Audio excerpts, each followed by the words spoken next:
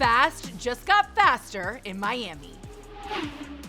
With the 2023 draft in the rearview mirror, 4 new Finns look to make their mark on the summer. Makes a man miss and then darts into the end zone. Tough wrestling match, that's Cam Smith. Jalen Waddle has cemented himself as one of the NFL's finest receivers. Waddle with the speed, takes it inside the 30, keeps on going, all the way home. Touchdown, Miami. But it's not just his speed that has him setting Dolphins records. Waddle wins at every level. Buckle up, hold on to your hands, here comes Waddle. And we go international as Emmanuel Agba helps grow the game in Africa. It's a blessing to be here. I'm excited to be here. Glad we're teaching these guys. All that's next on Dolphins Today. Clock. And you know what we're going to get now? We want the ball. Flip it, baby. They are having fun. Nice.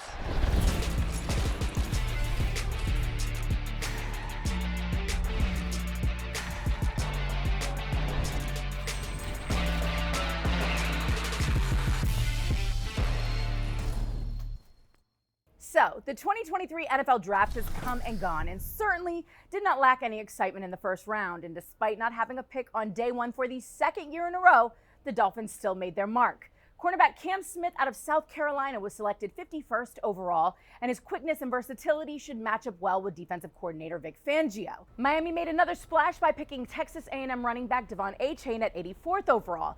Achane's known for his blazing speed, which of course will fit right in with this team. Achane is also the first Aggie to be drafted by Miami since Ryan Tannehill back in 2012. Now in the 6th round, some more bolstering to the offense with tight end Elijah Higgins out of Stanford. This draft was loaded with tight end talent, and Higgins will look to make an impact immediately during rookie minicamp.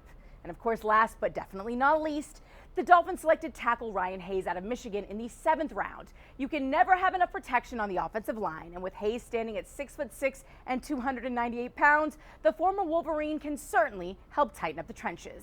And as you may have imagined, all 4 of these young men are very excited to start their NFL careers here in Miami with the Dolphins. It's going to be a real scary offense. Like you said, we all pretty fast. I feel like, it's going to be very competitive in practice. And like you said, when Coach McDaniel, when I had that talk with him, he was saying that he planned on building the fastest team in the NFL. So by adding me to that piece, I feel like that's something that's guaranteed. So it's going to be real fun and competitive in practice. I just can't wait to get there. Pre-draft process really didn't have a lot of talks. Knew they just came to a lot of practices. I already knew that the general manager, son, was on the team. So he was kind of giving me the ins and outs of the league already throughout the whole process. Just kind of staying clean nose and stuff like that. So just coming in to the combine, we had a formal meeting. And then coming into the top 30 visits I had, that was my last meeting.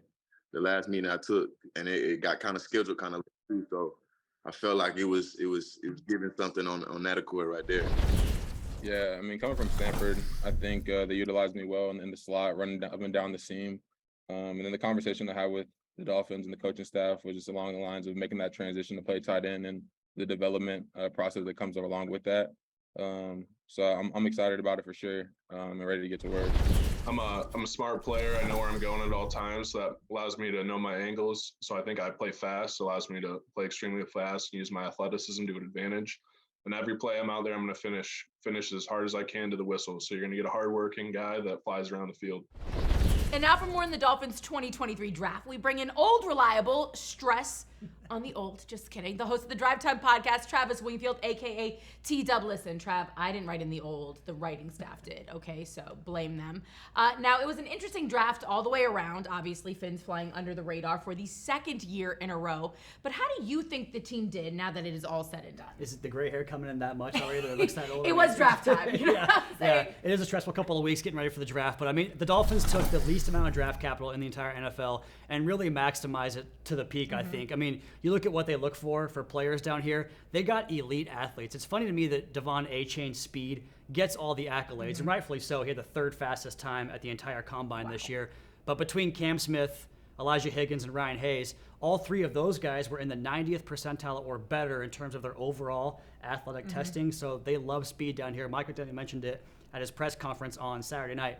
We like speed down here, and definitely shows with this draft class. Facts. And I will take quality over quantity any day. So long as they fit in the system and they're going to contribute, That's all we need to know, right? It doesn't hurt getting Tyreek Hill and Bradley Chubb as part of the draft class, too. These draft picks were used on those guys. Facts. Pretty productive players as well. Facts. Now, Devon Achane and Elijah Higgins are going to join this Dolphins offense at some crucial positions, right? What do you want to see from them leading into the season? Yeah, you mentioned the crucial positions. Dolphins were 24th last year in running offense and 27th in pass defense. So getting a DB and a running back, it makes a lot of sense and checks the box for needs as well. But I think Achane's speed really complements what Raheem Mostert brings to the offense. Both those guys are so dang fast. And it really stresses the edge and the perimeter of the defense because you either have to pull a defender down to cut him off and take away that edge, and all that does is remove players from the inside against the passing game for guys like Tyreek Hill, Jalen Waddle. They're pretty accomplished, right? Not too bad. But if you don't do that, then you can win the edge in the running game. And from there, with 4.2 speed, it's time to show them your taillight's gone for a touchdown run. So it's pick your poison with that type of speed on offense. You mentioned Elijah Higgins. That's kind of my sleeper pick right now for a pick to click. He's really, really impressive. Really strong upper body, and it shows in all aspects of the game. He could really kind of, I think, replace a couple of different roles in this offense. Like Trent Sherfield's blocking off the edge is going to be missed, but he's so good at really controlling guys at the point, both as a run blocker, but also in the way he gets through jams and reroutes and that type of stuff. He's also super crafty as a route runner, exceptional in two areas I think are key for a tight end. Run after the catch and his 10 split, which measures your first 10 yards off the ball. It just measures how quick you are really firing off the football, and he's in rare territory in both those two departments. And those are typically really good indicators for success at that position in the NFL. Absolutely love it. Well, I know in last week's episode we were discussing, running back by committee. Love seeing a little additional depth there, especially with all the great statistics you just hit us with. And then who doesn't love a tight end in today's NFL, right? And to add that again to Tyreek, to Jalen, and the way that offense performed last year, having another target for Tua plus a great blocker, it just sounds like things are clicking. And one other area that I think they could really improve in is the screen game. That was an area that, coming from the Niners, Mike McDaniel had always had really good screen games. Last year, didn't really find its footing in that part of the game, but with his blocking off the edge, I think you can see the screen game take off this year. We love to hear that. Now let's talk about cornerback Cam Smith and tackle Ryan Hayes too. Both of them highly respected prospects. Now, what should the Dolphin fans know about them?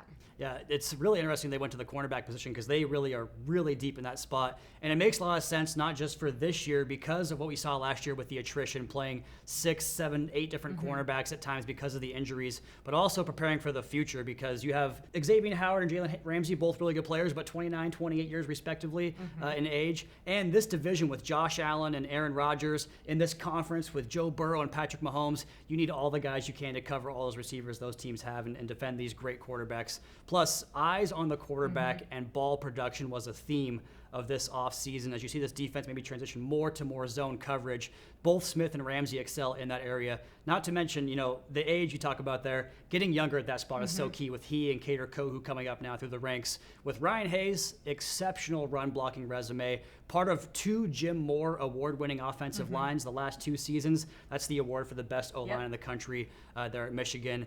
And I love to give you stats. That's kind of part of the stat there. But when Michigan ran off left tackle or left end last year, which is where he occupies both those gaps, averaged just under 8 yards per carry in college football this season. So tons of run game production there from Ryan Hayes off the left side. Well, the beauty of this team is we're getting some youth, which, again, love to hear, but they're learning from such great leaderships, from such great vets, right? Yeah, he actually mentioned on his press conference after the draft that Teron Armstead was a guy that he really focused on and studied growing up. So now he's basically a coach in the room for Ryan Hayes. Absolutely love that. Well, we're just getting rolling here on Dolphins Today. Coming up on the other side of the break, Emmanuel Ogba's helping spread the game of football in Kenya. And later on, we have players in the Baptist Health studio as they give a nice shout out to their mothers. We'll be right back with more right here on Bally Sports Florida.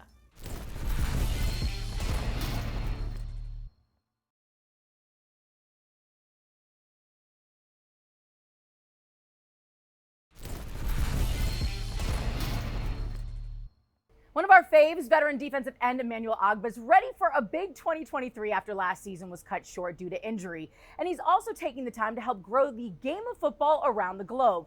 In association with NFL Africa, Emmanuel traveled to Nairobi, Kenya, with the goal of providing football knowledge and technique to children who had never played the game before. Emmanuel, who was born in Lagos, Nigeria, sees the value in spreading the game of football to all corners of the globe. And fresh off his trip, Emmanuel sat down in the Baptist Health studios with Seth Levitt and OJ McDuffie to talk a little bit more about this experience. So tell me about that, the participation in NFL Africa program, where you and 4 other current, NFL players from Africa, African descent, when you went to Nairobi. Yeah. Oh my gosh, what an experience! Like that was truly a humbling experience.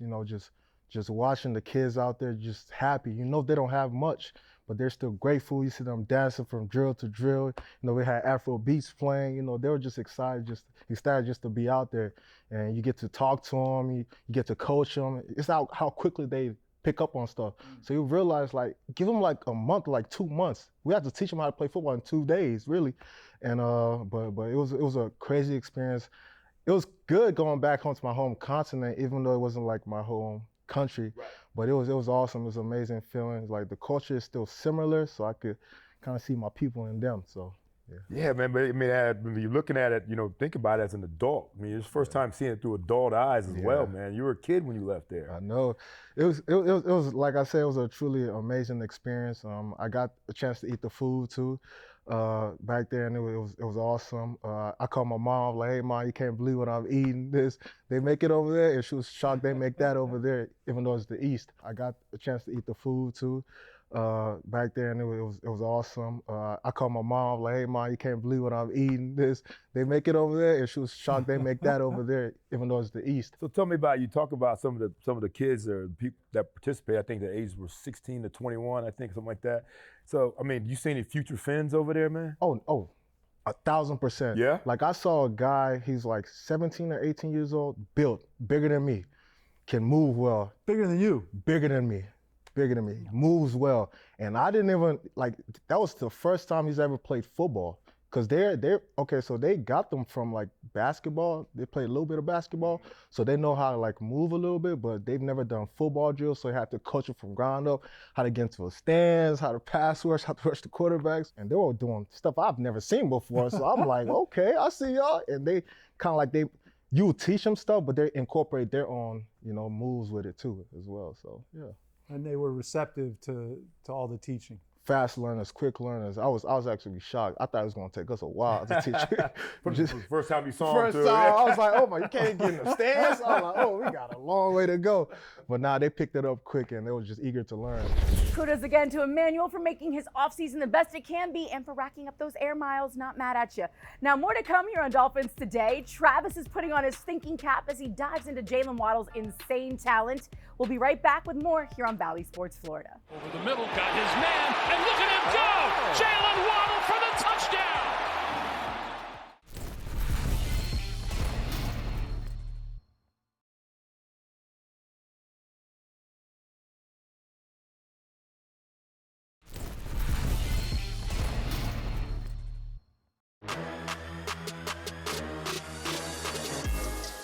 Life in South Florida is best lived fast. We're racing in the States and it's lights out, away we go. From Formula One to the grass track inside Hard Rock Stadium and home to one of the fastest teams in the National Football League, the old saying is true. Speed never slumps, especially at Hard Rock Stadium.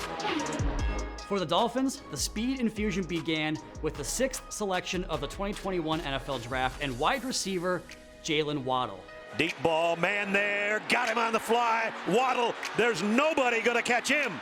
And sure, while he registered in-game top speeds of over 21 miles per hour in each of his first 2 years in the league, the Penguins' game is about much more than just his foot speed. Waddle with the speed, takes it inside the 30, keeps on going, all the way home, touchdown Miami. Waddle wins at every level, the release, the stem, and the top of the route. That's where his full complement of skills races to the surface. Let's start with his release. What do they always say? You can't hit what you can't get your hands on. A blur at the snap, Jalen Waddle confirms that theory. Let's go to the Motor City. Tua looking deep, he's got a man! Touchdown!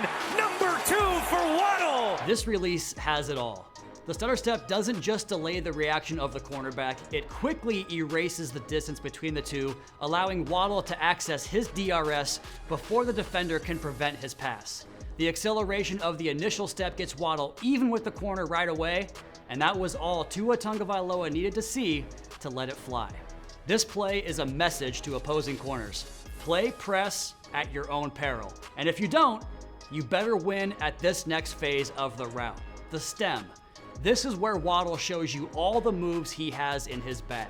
The most important trait in this area of the game showcases Waddle's dedication to the craft and his attention to detail. Fine details are the difference between creating a big passing lane for your quarterback and failing to displace a defender, which can often lead to turnovers. You'll see how Waddle has developed a trust with quarterback Tua Tagovailoa on this clip from the thriller last season in Baltimore. And he's got the receiver. Buckle up, hold on to your hands. Here comes Waddle. What a block downfield by Ingold. Woo! Wow, is he flying? This route is called stick nod. While it's important to be quick, it's just as important to not be in a hurry. Here, Waddle takes his time fully selling the stick, and you see his footwork imitate that of a route that settles into that soft spot of the zone coverage, and that little head fake, that's just the icing on the cake. Selling the stick convinces the Baltimore linebacker to jump the route, and by the time he does that, it's already too late. Waddle puts his foot on the gas, and it's off to the races once again. On this play, Waddle didn't have to contend with a reroute. Some defenses approach speedy offensive attacks by jamming the receiver off the route. Waddle's balance, though, allows him to not just avoid these roadblocks, but maintain his high speed while he navigates the field. Here, you'll see him thwart the contact of the second-level defender with a crafty little arm over move. Not only does this cause a swing and a miss on a reroute attempt, it keeps Waddle on the stem, preserving that precious timing with his quarterback. Notice how he fires off the starting line by coming downhill at the corner. This technique is called pressing the toes, a move that forces the corner into a stationary position, making it incredibly difficult to react to Waddle's 0 to 60 speed. On 3rd and 3, Skylar Thompson scrambles and throws, and Jalen Waddle's on the other end of it for a first down. Finally, the top of the route. Here, Waddle is lined up against Defensive Rookie of the Year Sauce Gardner. Gardner has help up over the top, which allows him to play trail technique underneath Waddle with outside leverage. If that sounds like a mouthful, think of it this way. Waddle has to get to an area of the field that the defense is taking away by the design of the structure of their defense. But it doesn't work. It doesn't even matter. Because of the clean release inside and his contact strength running up the stem, Waddle has Gardner in a stacked position at the top of the route. This allows him to make one move up top and generate the separation his quarterback needs. From the day he arrived in Miami, Jalen Waddle has provided instant offense for the Miami Dolphins, a spark of electricity here in Miami Gardens. He's played multiple positions, he's worn the hat for a variety of roles, and makes play after play after play. The physical skills are apparent, but it's the fine details and dedication to the craft that allows Jalen Waddle to showcase his race car speed for all the fans in South Florida to enjoy. Nothing better than a double dose of Travis. Always so full of information, that guy, right? Now, coming up on the other side of the break, more time with the players as they deliver some messages to all the moms out there, as Mother's Day season is upon us. We'll be right back here on Bally Sports Florida.